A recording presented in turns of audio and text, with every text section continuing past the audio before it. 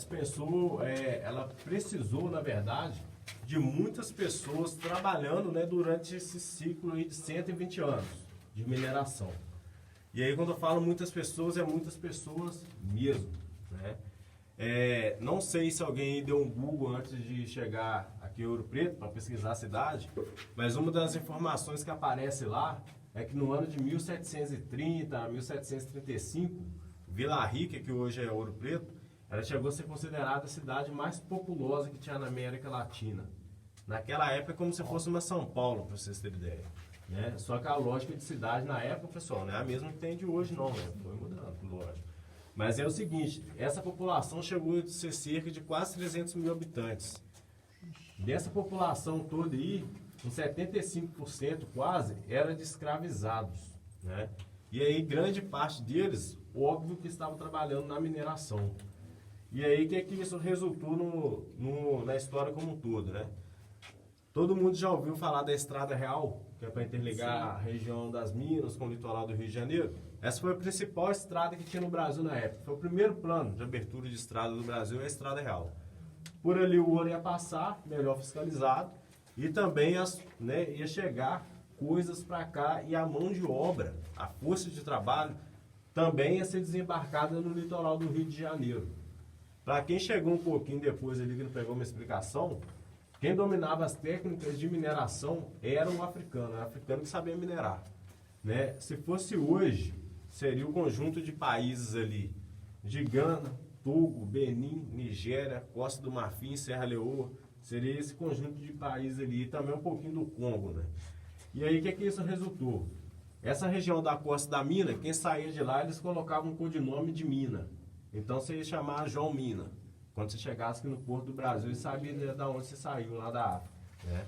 E aí, esses negros e negra mina, foram, grande parte deles, desembarcados exatamente no litoral do Rio de Janeiro. Ou seja, é óbvio que eles estavam vindo para cá.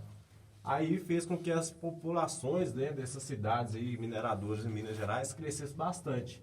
Vila Rica que cresceu mais porque é onde tinha a maior mina de ouro, né? E também pelo fato de, na época, ser a capital, da capitania de Minas, né? Aí por que precisou de muita gente assim, pessoal? Né? Por conta de o seguinte, quem trabalhava na mineração não vivia muito tempo, você não ia chegar aqui aos seus 60, 70 anos nunca. Já ia estar lá na sua terceira geração. Né? Por conta de que a expectativa de vida era mais ou menos uma média de 25 a 30 anos de idade, mais ou menos. Porque não conseguia viver muito tempo trabalhando aqui dentro daquele ambiente. Né? Aí aqui dentro, pessoal, ia ter fogo, fumaça, poeira, barulho, né? Escuro. Então, geralmente, dava muitas doenças pulmonares, que era tuberculose, silicose, pneumonia, né? E aí também dava o seu corpo não ia chegar lá bacana, né? Você ia começar a ficar corcunda, seu joelho atrofiava, seu punho atrofiava, as articulações do dedo, então ia ficando deformado, de fato. E fora também a surdez, barulho de ferramenta o dia inteiro no ouvido, né? A cegueira, porque poderia, né, resquício de rocha tá indo no seu olho. Trabalhava muito tempo no ambiente escuro, a pupila só fica aberta, dilatada. Com o tempo, seu olho, né, para de fechar a pupila quando você está na luz, né? E aí você não ia trabalhar 4, 6 horas, 8 horas por dia, não. Você ia trabalhar cerca de 12 a 18 horas por dia, entendeu? Então, assim, foi muito pesado o trabalho, então por isso que dispensou muita gente, né, para fazer tudo isso aqui. Às vezes a pessoa também não morria, pessoal. O pessoal pergunta muito isso, né? Às vezes ela não morria, mas grande parte deles acabava ficando inválido mesmo, não aguentava mais trabalhar, não tinha jeito, né? Se colocasse o cara lá dentro, ele não ia produzir mais. Então é isso que foi o principal fator, né, para poder estar vindo tanta gente para cá, porque a rotatividade de pessoas na mineração foi muito alta. E mesmo assim eles deixaram esse grande legado para nós aqui hoje, né? Hoje é a engenharia de Minas. A primeira escola de engenharia de Minas aí do Brasil é da Universidade de Ouro Preto, né? E aí essa região, ela produziu muito ouro, pessoal. O número oficial que a região conseguiu produzir é de 800 toneladas de ouro. É ouro pra caramba, e aí esse é aquele ouro que passou ali para ser contado, né? Aquele que pegou outro caminho que é do contrabando, entendeu?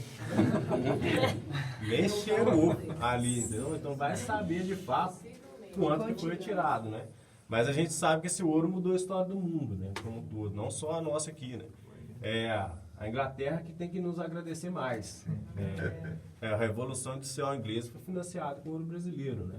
Aquela hora que eu perguntei se todo mundo é brasileiro, pessoal, é porque aqui no Brasil que tem uma, assim, depois vocês dão uma pesquisada lá, tem uma...